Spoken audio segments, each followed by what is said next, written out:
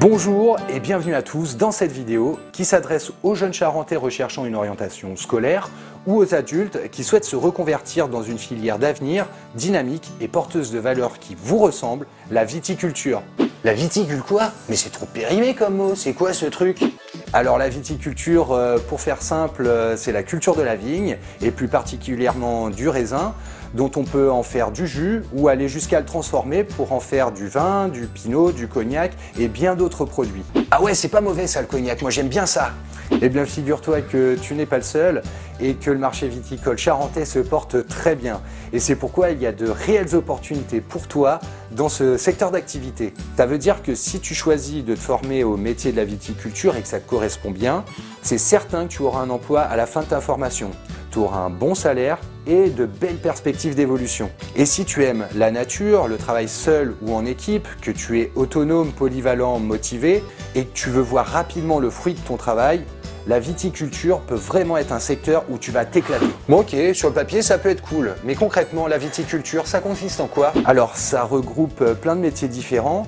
Donc je te propose de te présenter les formations que tu peux suivre dans les MFR de la Charente pour te faire une idée plus précise. Et on commence tout de suite avec le métier d'ouvrier viticole, dont les activités sont directement liées à l'entretien de la vigne.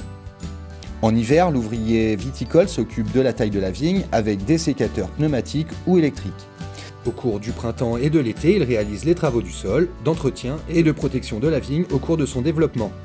En automne, il participe donc aux vendanges avec les autres salariés comme le conducteur de tracteur ou de machine à vendanger.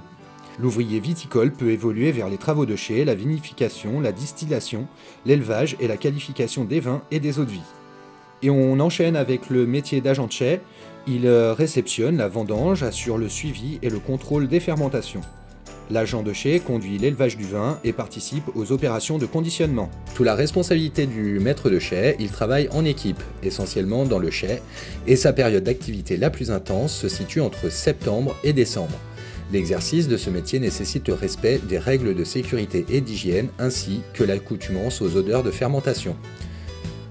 Une fois les techniques de la cave et de l'élaboration de vin acquises, l'agent de chef faisant preuve de suffisamment d'autonomie et de qualité d'encadrement pourra évoluer vers le poste de maître de chai.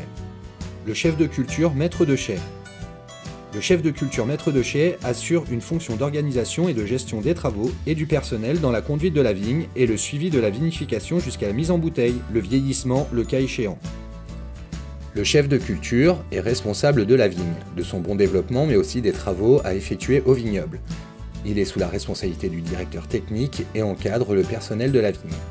Il travaille principalement à l'extérieur, en toute saison. Il est autonome dans l'organisation de ses journées et ses horaires sont variables, surtout en période de forte activité. Le maître de chai, quant à lui, encadre et est responsable des agents de chai.